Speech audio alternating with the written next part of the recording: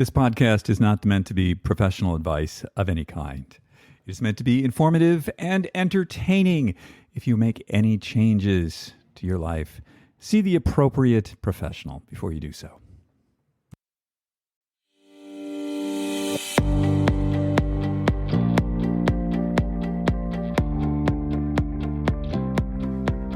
Hello and welcome to Super Age. My name is David Harry Stewart. I'm the founder of Ageist. At Super Age, we help you live better and become the best version of yourself. And who doesn't want a Super Age? Welcome to episode 104 of the Super Age podcast. It's great to have you with us. We'll be dropping this on October the 5th, 2022. Today's show is brought to you by Inside Tracker, the dashboard to your inner health. Go to insidetracker.com/Ageist, save 20% on all their products. Today's show is also brought to you by Element, LMNT, my favorite electrolyte mix. It's what I put in my water in the morning, and it's what I put in my water at the gym. Go to drinkelement.com/Ageist and receive a free 8-serving sample pack with your first purchase. So we talk a lot here about saying yes and the power of yes, and just be a joiner, right? So I got a little mea culpa here. I live in Park City, Utah, and there's a ski resort, and they have this adult race camp that they do during the year. And they have sort of different flavors of it, but they've got one that's Tuesday and Thursday morning, 7 a.m. to 9 a.m., and they teach you how to run slalom gates. That's where the gates are tight together, or giant slalom. They're a little further apart. It goes faster. And so they do this thing for people like me. Now, it's not a tremendous amount of money. It's I think it's 24 sessions over the course of the season, and they want you to be a reasonably strong intermediate skier, which I'm a pretty good skier, and be in really good shape, and I'm in pretty good shape. And they'll teach you how to do this thing. Now, I was looking at this, and I thought, well, that could be kind of interesting. And then I started running through in my head all the reasons why I shouldn't do it. Well, you might get hurt. You might not be able to do it, and they'll make fun of you. They might not like you. It might be awkward meeting new people. You're going to have to get up early. It's going to be cold. And what I realized was, after I went through this sort of washing cycle for about 2 days, was that I didn't want to go because I thought I might be embarrassed. That I might not be able to do this thing like as well as, I mean, there are other people there who are, probably former professional skiers. So they're really, really good. And I thought, wait a minute here, dude. You're the ageist. You do Super Age. You got to walk the talk. You got to do this thing. So I'm going to do this thing. And I will let you know how it goes. I've never ski raced in my life. I have a feeling there's going to be a lot of clumsiness and falling and, being really, really slow and bad at this thing. But I got to do it, right? I can't continue to do what I'm doing, here at Ageist and Super Age and not do this. So I'm just putting it out there. I'm going to do this thing. It starts like early December. And, at the age of 64, I'm going to learn to be a ski racer. So there, we'll see how well that goes. So sort of ironically on the show today, I don't know how well like ski racing and health span and longevity go together, but what the heck, you got to live, right? This week on the show, we've got Dr. Mike Roizen, and we've had Mike on here in the past. He's great. He's the 90s, the new 40 guy. And when he says that, I would believe him. He's the Emeritus Chief Wellness Officer from the Cleveland Clinic. Mike's written 190 peer-reviewed articles. He's had 4 New York Times bestsellers. He's got a new book that I really like called The Great Age Reboot. And there's an app that goes with it. And the app is called Reboot Your Age. We're going to put links to both of those in the show notes. We're going to get with Dr. Mike Roizen in just a moment after a quick word from our sponsors. Today's show is brought to you by Inside Tracker. Inside Tracker is the dashboard to your inner health. Just as a car has a dashboard so you can tell how fast you're going and how much gas you have, you need a dashboard for your inner health. You need to know what's going on inside your body if you're going to optimize it. You need some way to monitor what's going on inside your body. And then once you know what's going on inside your body, you need some way to help optimize that. And this is what I get from Inside Tracker.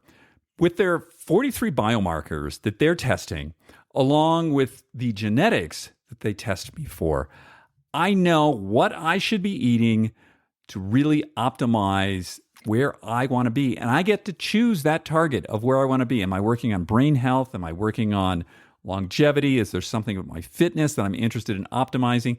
The app will make recommendations personalized to me based on my blood work and my genetics. And that's something that I just think is invaluable. It's not a replacement for seeing my doctor. It's not a replacement for any of the other professionals in my life. It is an additive, but it is an additive that is with me every day, all day. And I can consult it and I can see what should I be doing right now. And then I can test again and see what changes have happened. If you go to insidetracker.com/ageist, you'll save 20% on all their products. Today's show is also brought to you by Element, the electrolyte mix that I've been using to stay hydrated and to keep my electrolytes in balance. I started placing Element electrolyte mix into my water after my workouts on the recommendation of a friend of mine who's a 50-time Ironman competitor. I told him that I was having a lot of trouble recovering from my workouts, and I thought it was my age. And it turned out it was my electrolytes. And once I started putting Element into my water, I noticed an incredible difference in my ability to recover from my workouts. It went from, truthfully, an hour or two to like 10 minutes. Because the problem was my electrolytes were off. Now what I do is I put Element in my water when I get up first thing in the morning. I also have it in my water that I drink during the day.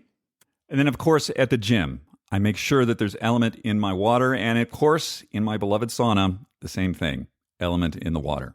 So it turns out that some of that brain fog and just muscle ache and sluggishness that I was feeling was not age-related. It was actually electrolyte-related. We talk a lot about hydration on this podcast, but the electrolyte mix within that water is really critical. Right now, Element is offering listeners of this podcast a free sample pack with any purchase. That's 8 single-serving packets free with any Element order. It's a great way to try out all 8 flavors and share Element with a salty friend.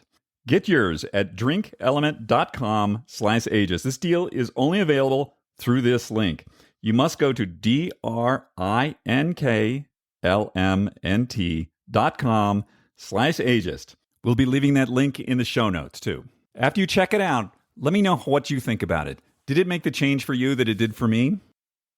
Dr. Mike, it is so good to see your smiling face again. How are you today? It's a privilege, David. I'm great, and you look great. I think I'm partially great because I follow the things you tell me to do.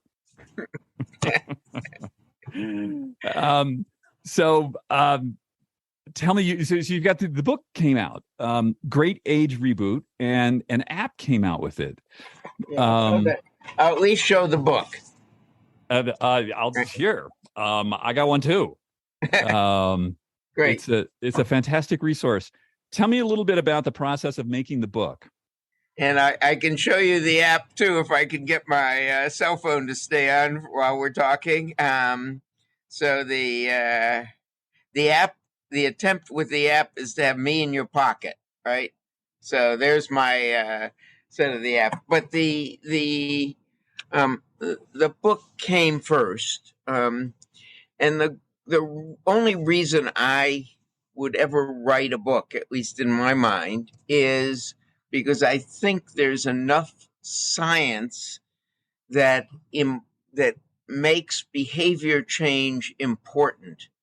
And so the books are written to try and get people to understand what the science has changed. They're written in lay language, obviously, and it's supposed to be fun.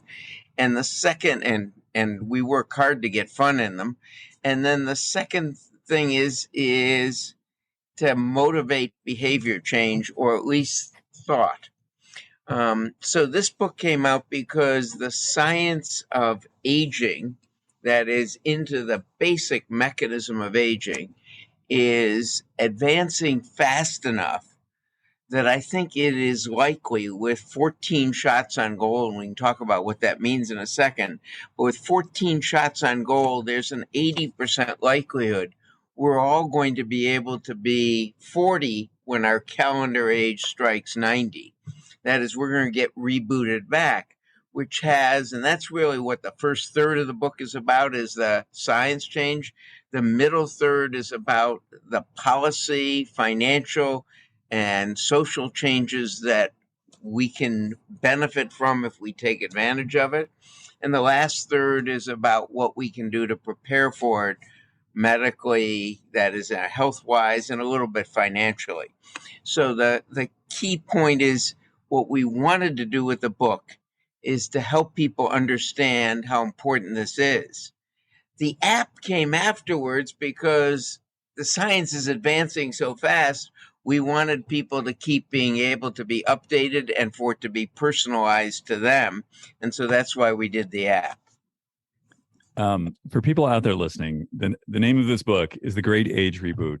I get probably a book around aging in my mailbox once a week, and have for a couple of years. It's like I don't know how many trees have died to make this library over here. This is the best one I have ever read. Wow. Thank you. It is. And I and I'm telling you, and the app also, there's a lot of apps sort of helpful out there. There are two things I like about this app. One, it only requires 10 minutes of my day. There's 5 sort of like entertaining and informational things. They're like a minute or 2 each. And then there's the library, Mike. The library that goes through all the science, the discussions that you're having and your scientific board is having around these various subjects. And then if I want to go really nuts, I can go into the abstracts. And I just love that. Right. I think it's brilliant. Oh, thank you. The Scientific Advisory Board works hard on each of those. We do it as an NIH process. Someone reviews it. We summarize it. We get it to the best we can. Then we present it to the Scientific Advisory Board. One of the Scientific Advisory Board is the lead reviewer on it. He or she presents it, and then we vote on it. And some of which we reject and send back. It is interesting. To me, it's always a incredibly interesting process. And one of the most interesting things of all, Dave, these are 10 experts in longevity, and every one of them has changed behavior based on one or more of these scientific reviews. So it's joyous in that way. It's sort of my reading of it, having never been part of a scientific review.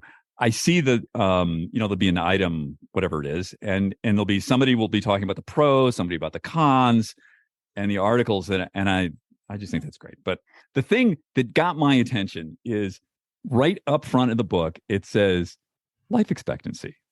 And so if you want to know why you want to change your behavior right now, you want to look at this chart. And so I'm 63. How old are you, Mike?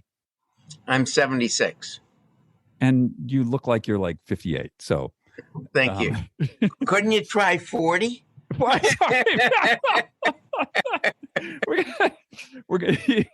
You're doing great. The white hair sideburns is giving it away. It gives it away, yeah.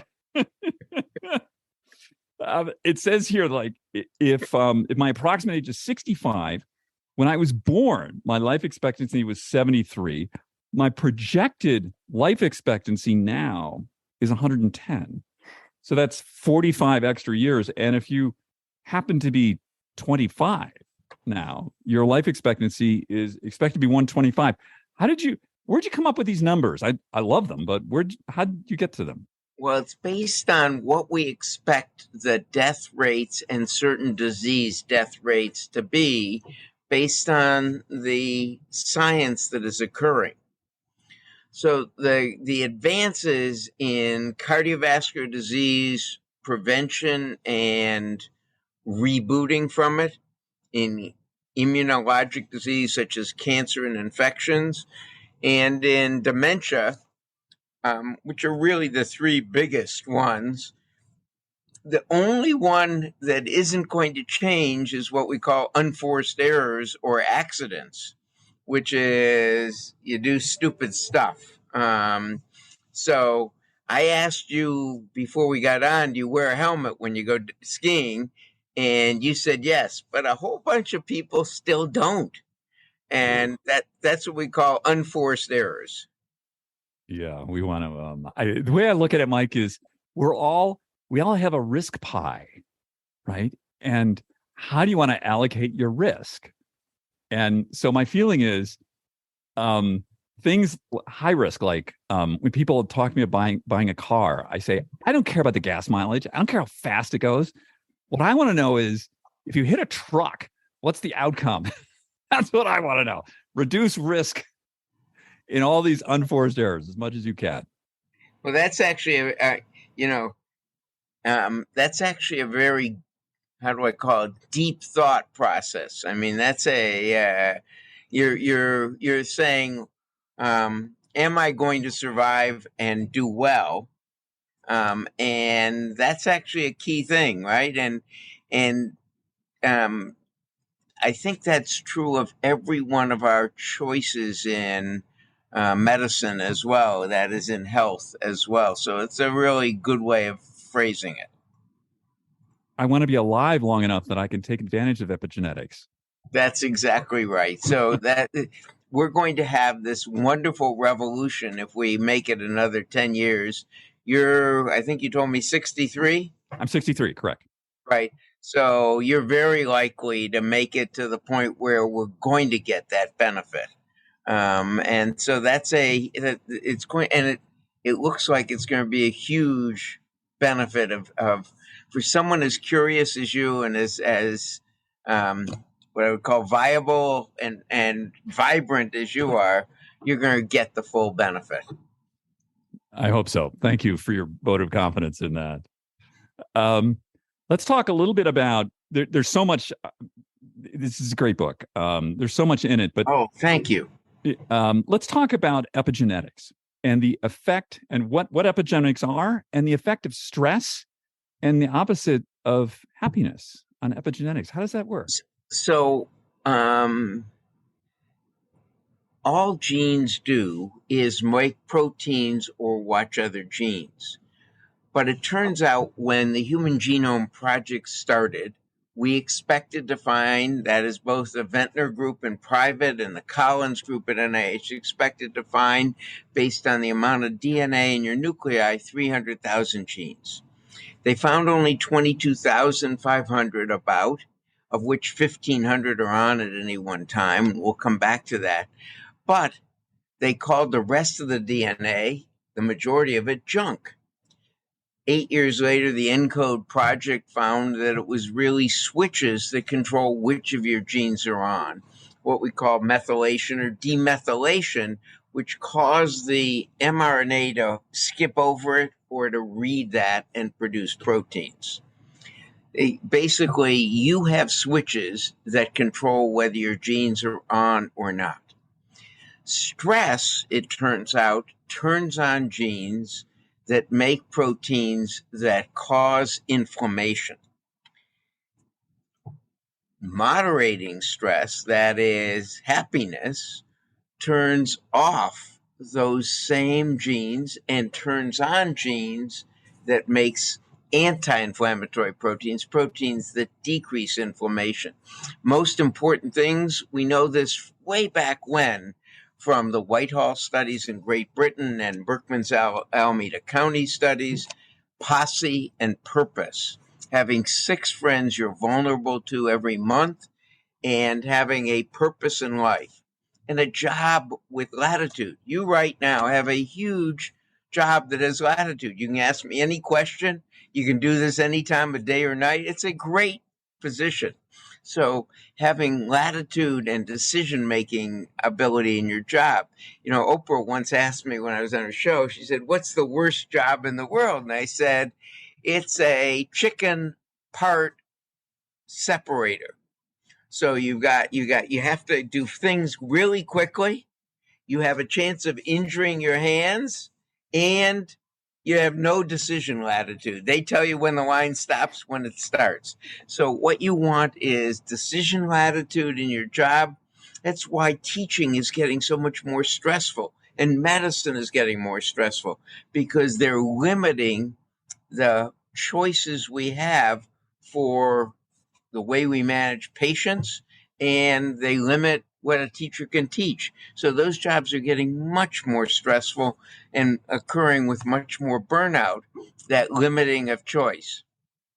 So key, posse, and purpose are keys to changing the methylation and demethylation. Now, how do they change the methylation and demethylation? We're not sure, but a lot of it occurs through your microbiome and what happens for the proteins or the substances you absorb from your intestine. So there's an amazing system that occurs that does this. I have no idea, if you will, or we have no idea why it evolved exactly this way, but that's the way it did. It probably evolved to alert us. You would get very alert when there was something stressful, like a snake in the garden that could actually be a snake, if you will, and bite you.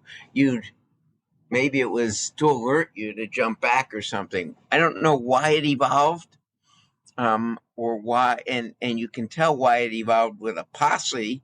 If all you were dealing with was people who were enemy, you were really alert all the time. Whereas if you had friends surrounding you, you could not be that alert. But how the actual how it worked through your microbiome, to me, isn't clear yet. I haven't heard that one. So my gut buddies know when I'm happy or not. It Unfortunately, and I don't understand this, but that's what it looks like. It looks like it Wow. works through whatever you do to your microbiome. This is an amazing thing. So when you eat red meat or egg yolks or some other foods, it changes, processed red meat especially, when you have carnitine, that amino acid, plus saturated fat. If you have carnitine pills, doesn't do it. But carnitine and saturated fat turns on different genes in the microbiome that produce something that causes inflammation in you. Now, how that evolved, why that evolved, I have no idea. Maybe it's an accident, but whatever it is, it occurs. But it looks like when you exercise, you change the genes that are on in your microbiome. When you're stressed, you change which genes are on in your microbiome. So I don't know why it works that way, but it does. I'm having a conversation with Naveen Jain in about 3 hours, who has Viome, and I'm going Right. to ask him. He's like the RMNA gut biome test guy, and I'm going to ask him this. We'll see if he has an answer for this. Curious. Call me back. Okay. Tell me the answer. It's fascinating. So there are a few things in the book that are of interest to me. So you recommend aspirin, and aspirin has one of these sort of things that, I don't know, the New York Times just loves to put on the front of the paper, like aspirin is bad, aspirin is good, and it's one of these things. And you're recommending 80 milligrams, which is like a child size aspirin, baby aspirin at night, and then in the morning, twice a day. My understanding is this is for not only cardiovascular, but for anti-inflammatory, anti-cancer effect. Did I get that right? Right. So if you look at the recent recommendations by the USPSTF, the United States Preventive Services Task Force, they say it's an individual choice with your physician. And I believe that strongly. So none of what I recommend in the book or in the app should you do, I think, without talking to your practitioner. But talk to your practitioner. The reason I take it myself and I largely recommend it to most of my patients is, one, it has anti-clotting effects. We know one of the major effects of COVID-19 is that you get clotting and persistent clotting a year afterwards, also from the vaccine. So I think that's an added benefit. But in addition, it decreases clotting, so it decreases your risk of a heart attack, stroke, or memory loss from clotting. And they say, well, wait a second, it increases your risk of bleeding, right? That's the contrary. And if you look at a lot of both the randomized controlled studies and the epidemiology, it decreases your risk of 11 cancers, including breast and including colon and rectal common cancers, by about 30%.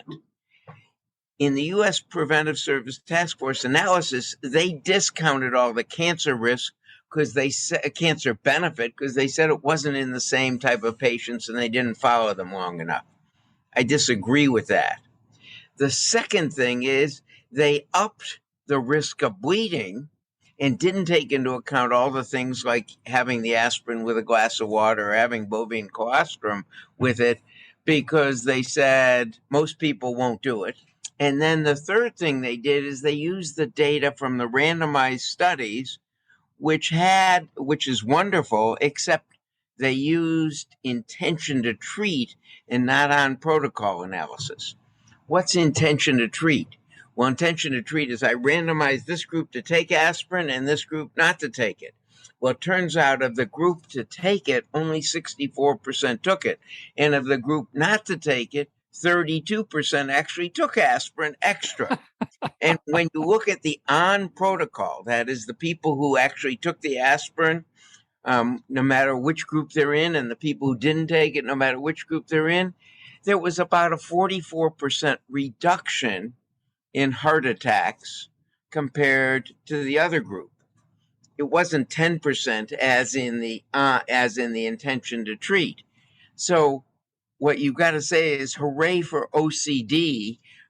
You're OCD, so when you take aspirin, you're going to take it. My patients are OCD. So that's if you're going to take it, and that's part of the app is, as you know, we have a My Choices count where you check off. It's a medication tracker if you want it. You don't have to use it, but I like it. It reminds me, if you will, to take my baby aspirin. I can't show it to you. It's too small. I was gonna show you my baby aspirin that I get for my second time. Anyway, I can't show it to you. It keeps falling out of my hand. Anyway, the point is that if you're OCD and will really take it when you're supposed to, you're in that 44%, not the 14%. If you're in the 14% and don't take it regularly, then probably it's not good. That's one of the reasons why you want to talk to your practitioner. That's one of the reasons why you want to have, if you're going to use the app, you use it and track that. So the point is that I think the USPSTF didn't do what I would call a fair job in saying what are the caveats to their analysis. They did put them in, but they didn't put them in a big enough way to say, hey, I'm OCD, I'm going to take it. It's much better. It's a much greater benefit than risk for me. And now, why do you want to take it twice a day? Well, if you take it only once a day, you still get the anti-clotting effect. It lasts 36 hours.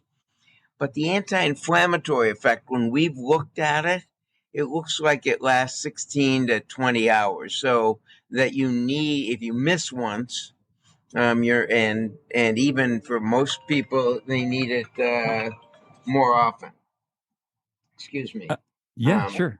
And so I apologize. So if you let me make sure that's on vibrate. Anyway, so the point is that I think that if you're OCD and if you want the anti-inflammatory and anti-cancer benefit, you probably should take it twice a day so that if you miss it once, you're not really missing it. So a couple things on that. I adjusted my protocol to once a day because I thought, well, sometimes I do adventuresome things and I might fall down, and this clotting thing could be a problem. Um, but maybe I'm going to readjust to the correct protocol, which is twice a day, to get the anti-inflammatory. Right. But let me again, you're pretty careful with wearing a helmet when you go skiing, and when you do, quote, risky things, you want to make sure that you protect yourself.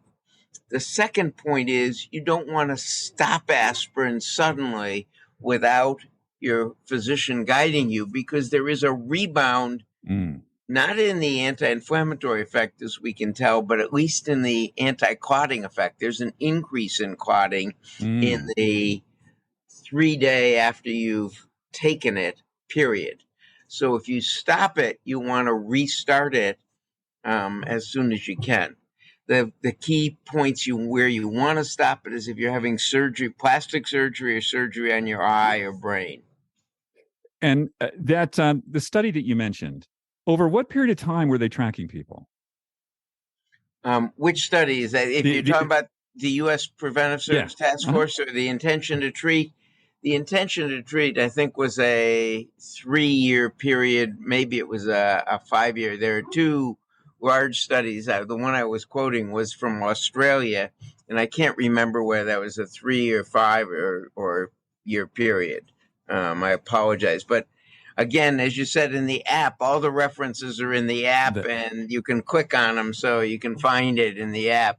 If I had time while we were talking, I'd open it now and look, but I can't remember. There's something I read about in the book that I hadn't heard about before, which is ASU, avocado soybean. Unsaponifiable. That I can't spell right. I'm glad you pronounced that because I can't. What is that? It's the only disease modifying thing we know for joint arthritis. Well used in Europe. I don't know why it hasn't penetrated the United States. It's a supplement. I get it at drtheos.com. I have no, if you will, interest in that website. And it's Dr. Jason Theodakis, who's a rheumatologist. But it is, it's known by a different name in France, Priscaline, I think it is. Study well documented in the British Medical Journal in a large study, not to have serious side effects, and to have some benefits in disease modification. That is, we know that anti-inflammatories seem to take away the pain, but don't stop the progression of disease. This isn't as useful for pain. It isn't guided for that, but does take away progression of some of the disease. It's not huge, but it is a benefit. And when you take it, I think there is such a thing as ASU Complete on Dr. Theodakis' website. But in any case, ASU alone is disease modifying. With the Complete, it has glucosamine and chondroitin sulfate, which takes away the pain. So in that case, you get the pain benefit as well as the disease modification. But does modify the disease. One of the, if you will, some of the craziness is when you give it to someone with gout, if they don't respond within an hour, I don't think they have gout. It's pathognomonic for gout. So there are some tricks, if you will, of the trade. But in any case, it is something that I can tell you, patients and I and my wife are all taking, and I believe in what we've written.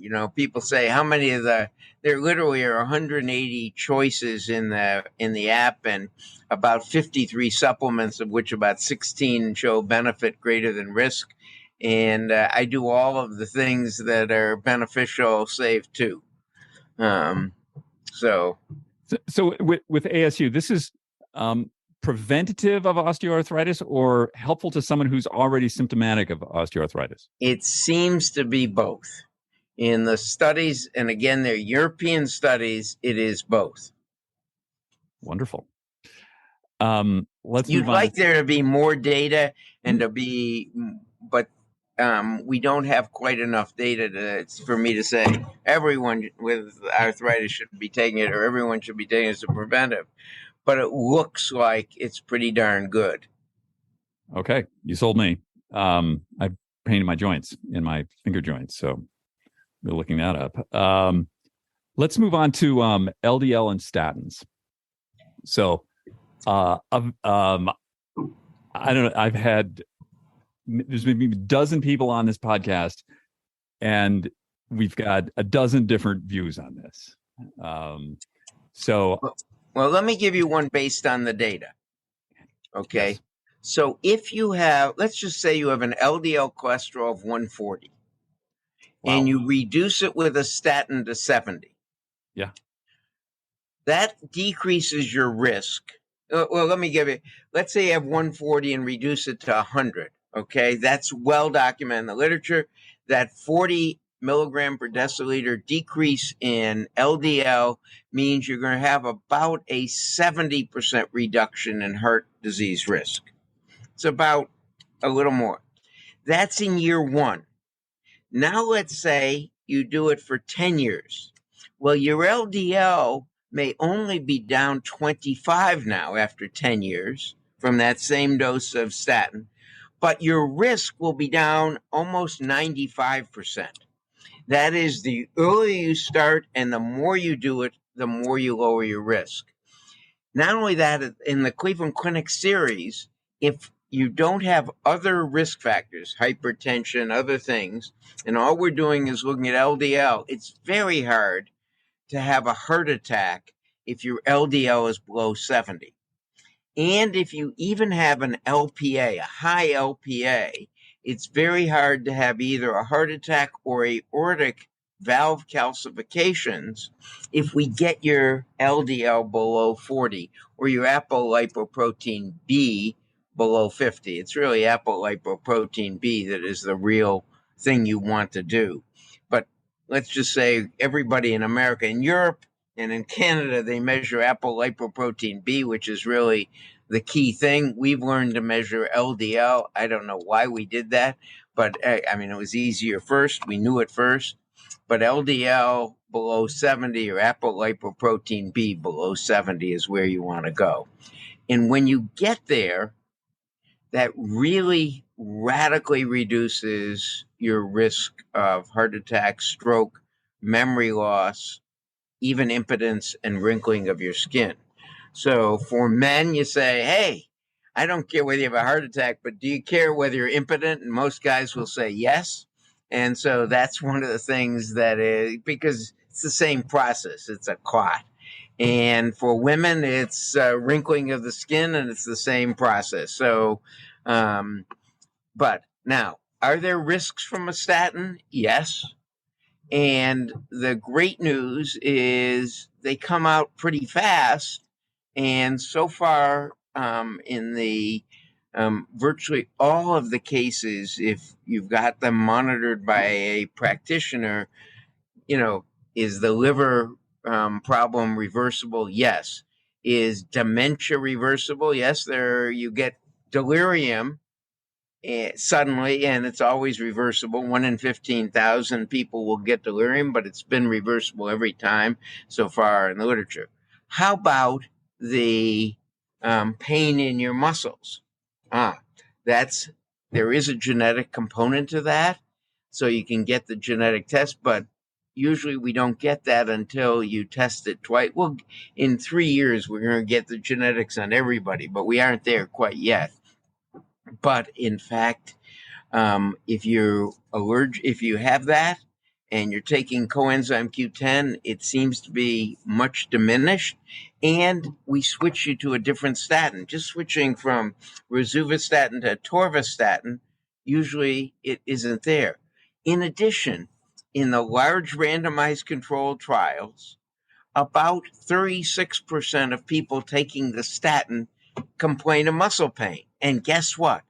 34.7% taking a placebo complain of muscle pain. So most of the time, 90% of the time, it's relating to something else in life rather than the statin. But so, do I advocate a statin? Yes, if the apolipoprotein B is above 80, or if there are other risk factors, even if it's below 80, if there are other risk factors. 50% of the benefit of the statin is an anti-inflammatory benefit. So with both atorvastatin and rosuvastatin, there's a fair suggestion that they decrease all of the other conditions increased by inflammation. And again, one of the key points is the longer you take it, the more benefit you get from it in decreasing chronic disease. So I'm a strong advocate. Now, one other thing, does it raise your glucose level by about 3 milligrams per deciliter? Yes. And some people will flip from the diagnosis if they got a level of 105 and it goes to 108. At 107, they get the diagnosis of prediabetes. So maybe it'll cause the diagnosis of prediabetes in some people. But in fact, it doesn't do much to raise your glucose level, and its anti-inflammatory benefit, I think, overweighs that. And when you look at the data in both men over 50 and women over 50, it seems to have a strong benefit in decreasing all-cause mortality when given what I would call to a level that decreases your level of apolipoprotein B or LDL below 70. Okay. So this is not medical advice, but I'm just going to tell you some of my CT scan, I think I'm a 2. And your CT scan, your coronary calcium was 2. Yeah, which is a very low level. Very low. But it's still positive. It's still, exactly. It's not 0. Right. And I've heard that like an LDL under 100 with. Did they scan your carotids as well? They did. It was like a chest thing, Mike. Okay, so that's for the CT. Yeah. But there's a separate ultrasound of the carotids. No. I actually worry about stroke more than heart attack, but. Okay, I can ask for that. Yeah. So if I'm a fairly healthy guy, got a low resting heart rate and all that. So still, you would want my LDL under 70. Yeah, especially, I don't know your family history. I don't know you from the standpoint, but if you got a family history of heart disease or an inflammatory disease, then I'd say yes. If it's plus my, if your family has a history of cancer and not heart disease, and you say I really don't want the statin, or I take it and I get muscle pain, or I'd rather wait, I would say okay. But the longer you take it, even asymptomatically, the more benefit you get. So my thought is, Dave, you're going to live, if we're right on this prediction with 14 shots on goal because of the mechanism of aging research, if we're right on that, and I think with an 80% probability, you're going to live to 110 plus. And so I would say, okay, it's time to start a statin. Okay. I love talking to you, Mike. It's amazing. Well, it's an individual decision of yours on pluses and minuses, and they're now inexpensive, so they're not expensive. And we know, let me go and say, one of the first time, the reason people have an LDL that's above 70, which is the baseline, is because our liver doesn't get rid of it fast enough. Mm. And that's because of a gene that produces a PCSK, a protein called PCSK9. There is now a trial started in New Zealand to knock out that gene. the PCSK9 inhibitor, if you will. So it's a PCSK9 gene, so that knockout, so that you can have that with a one shot instead of with taking statins every day. But until that comes around, I still think we should shoot for cholesterol less than 70 in your blood. Let's talk about what I call the vampire treatment, therapeutic plasma exchange. Right. This is so interesting. Tell me. It started with the Conboy's research at UC San Francisco, at the University of California, San Francisco, in the 1960s, where an old rat gave blood to a young rat. And the young rat, gave blood to an old rat. The young rat and the old rat were hooked up together. The old rat became younger, the young rat became older.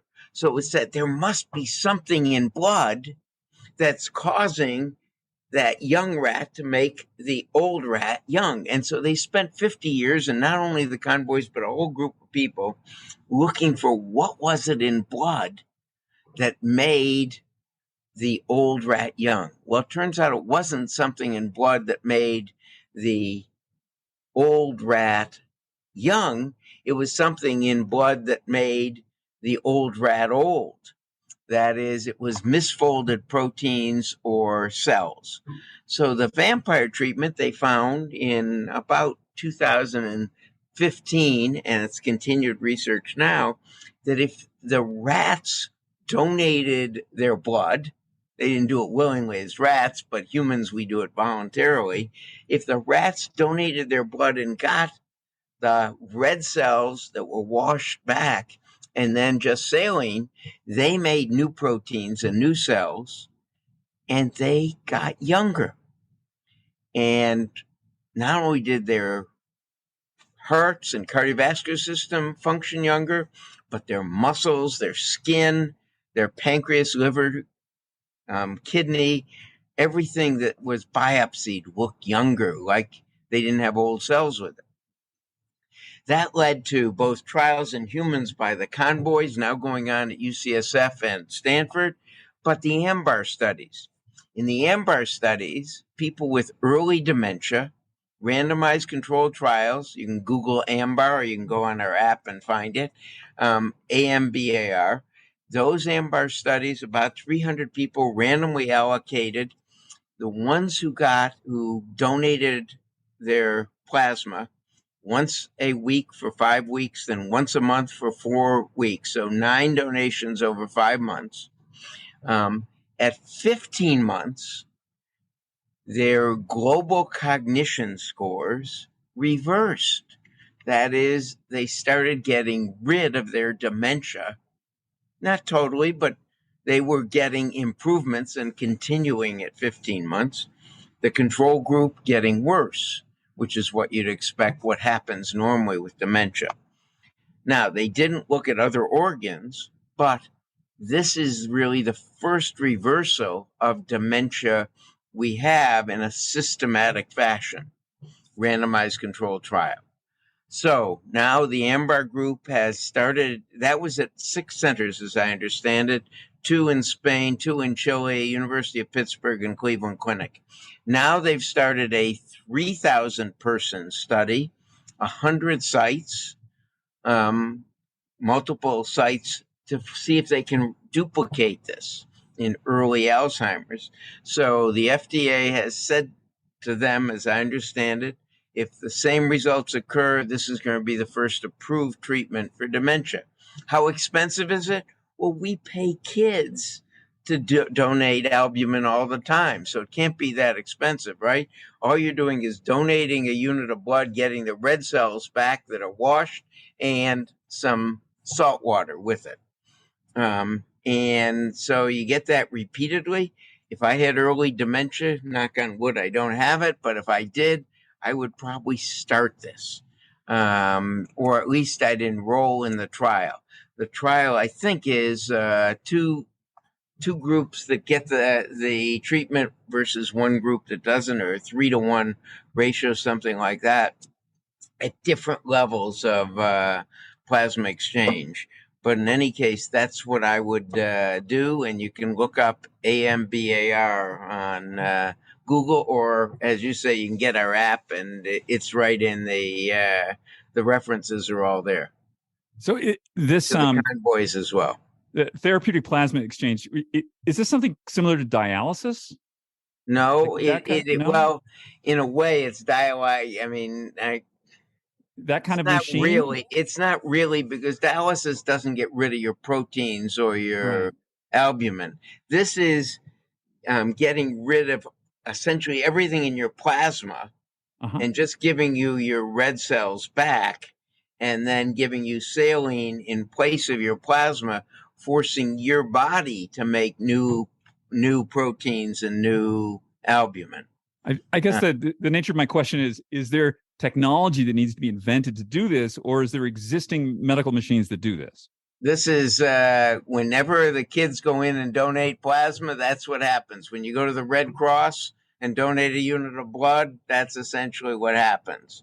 So it's not, you don't need new technology. This is known technology. I mean, the Cleveland Clinic, I think, did something like 22,000 of these last year, not for this condition, but for ALS and myasthenia gravis and other autoimmune diseases. It's been a known treatment for. Oh, brilliant. I love that. Okay, so it's not very expensive, obviously. That's where I was going with this. Yeah, let me give you another one that is in the app. That is bumetamide or Viagra. Now you say, what's bumetamide? It's a $4 a month water pill. And what's Viagra? Well, that's used for pulmonary hypertension in women and erectile dysfunction in men. Both of these were looked at by different places. The Gladstone looked at all drugs approved by the FDA that were generic, something like 1,300 at the time they did it. The Cleveland Clinic did the same thing and looked at a bigger series of drugs, 1,500. And what the two groups found in the Gladstone was that this bumetamide, $4 a month water pill, decrease the binding of amyloid and tau to neurons and glia cells. The same thing the Cleveland Clinic found for Viagra. And when bumetamide was looked at a 12 million person database compared to other people on other water pills, 70% reduction in dementia. When Viagra was looked at the Cleveland Clinic versus other treatments for pulmonary hypertension and erectile dysfunction, a 69% reduction in dementia. So now both are undergoing randomized controlled trials to see if they can prospectively do this, and the two together are being looked at. So how expensive is that? $4 a month for Bumex currently. Amazing. I'd never heard of this. So that's one of the 14 areas is proteostasis, is how to keep your proteins in the same format. I don't know if we want to go around taking Viagra all day, every day. That doesn't sound like. I'm joking. Well, Bumex, if you don't want, I mean, who knows which one's going to prove better, or if the two prove best together. But obviously, bumetamide is pretty good. Okay. So we discussed this before we got on the podcast. I said, I got a big question for you. And you said, well, I'm not sure I can answer that. But I'm going to give it to you. So in the book, there doesn't seem to be any differential between male and female physiology when dealing with aging. Yet, as far as we know, for the vast majority, there isn't, other than for, if you will, eggs and sperm. And let me go into that a little bit. In other words, once you get structural change that prohibits rehabilitation. So, for example, right now in the lungs, once you get emphysema, we haven't seen that model be able to be reenacted to normal lung cells. But sperm, there is sperm production in men all the way through, as long as they're testicular function. And in the animal models, that's rejuvenatable or regeneratable. So the guys can produce sperm at a fair quantity again. In women, it seems like you can slow the deterioration of eggs, but once it's stopped, the mouse models and the other submammalian models that have been used don't seem that you can recreate egg production again. Now, is that a final answer? No, we're really early in this, but I haven't seen anything that anything definitive that I can say there's a difference between the male and female. There probably is. I just haven't seen it, and it may be it isn't an area that I or to my knowledge, any member of our scientific advisory board has focused on in our discussions. Well, the rates of dementia are much higher with women than men. Well, they are about twice as great in women as men, and some of that is undoubtedly due to hormonal changes. Some of that is also due to the fact that women live longer. But even at the same age, it appears, and by that I mean at the same age. So at age 90, it's roughly 20% of women and 10% of men. And that may be due to the fact that men do enough destructive things earlier that those that are going to develop dementia have already done stupid stuff, whereas women are not doing it. I don't know the reason. I mean, I don't think we really know the reason for whether that's hormonal, whether that's, people have said that's estrogen or it's an estrogen lack effect in men. I don't know that, or maybe a testosterone effect. I don't know the answer to that, and I don't know that we know the answer. I do know that in the as I looked at it in the bumetanide study and in the Viagra study, men in the Viagra got a bigger benefit in reducing dementia, but they had bigger doses than the women taking, if you will, for pulmonary hypertension. On the other hand, in the bumetanide study, Bumex, I keep mispronouncing it. Bumex is the trade name of it. Women and men had equal benefit, but they took equal doses. So I don't know what that implies, but it seems like dementia is a big enough problem in both males and females. And as you probably have seen in the book, there are 33 things you can do. And one of the neat things in the app is we have a relationship with Brain HQ, which is speed of processing games. And so right in the app, you can do speed of processing games. When you get the app, which is free for, I think, a 10-day trial or so at greatagereboot.com. So you sign up there, but obviously you get it at the Google store or the Apple store. It's free for the first 10 days, and then there's a charge, but it comes with the Brain HQ games or the speed of processing games embedded in it. It comes in with all the other apps integrated with it as well. So I'm really actually the most important things you do for brain health. And there are 33 things that have been shown in at least 2 studies in humans. Well, it is posse and purpose. That's one.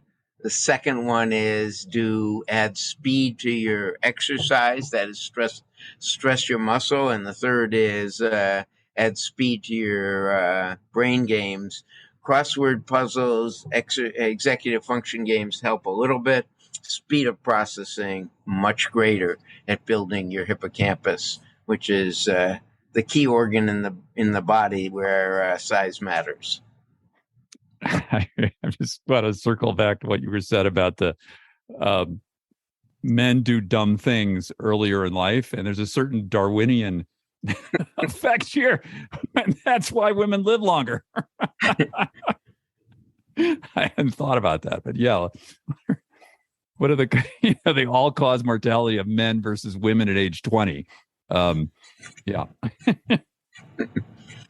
wonderful. Dr. Mike, it is such a pleasure to have you on, and I'm just going to pleasure. It's mine. Once again, the book is fantastic. The app, thank you. Just download the app. It's great. Thank you. Really wonderful job.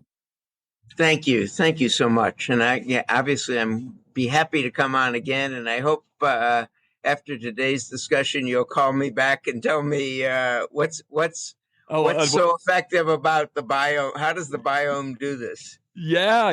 I'm talking to Dean in like 3 hours, so I will ask him. I said I'm going to be on with Dr. Mike, and he told me this. What's up? And we'll hear what Naveen has to say. Okay.